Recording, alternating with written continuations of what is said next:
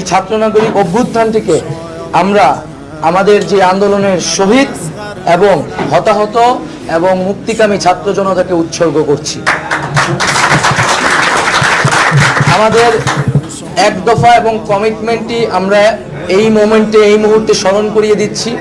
আমাদের এক দফা দাবিটি ছিল স্বৈরাচারী শেখ হাসিনা সরকারের পতন এবং ফ্যাসিবাদী ব্যবস্থার বিলোপ।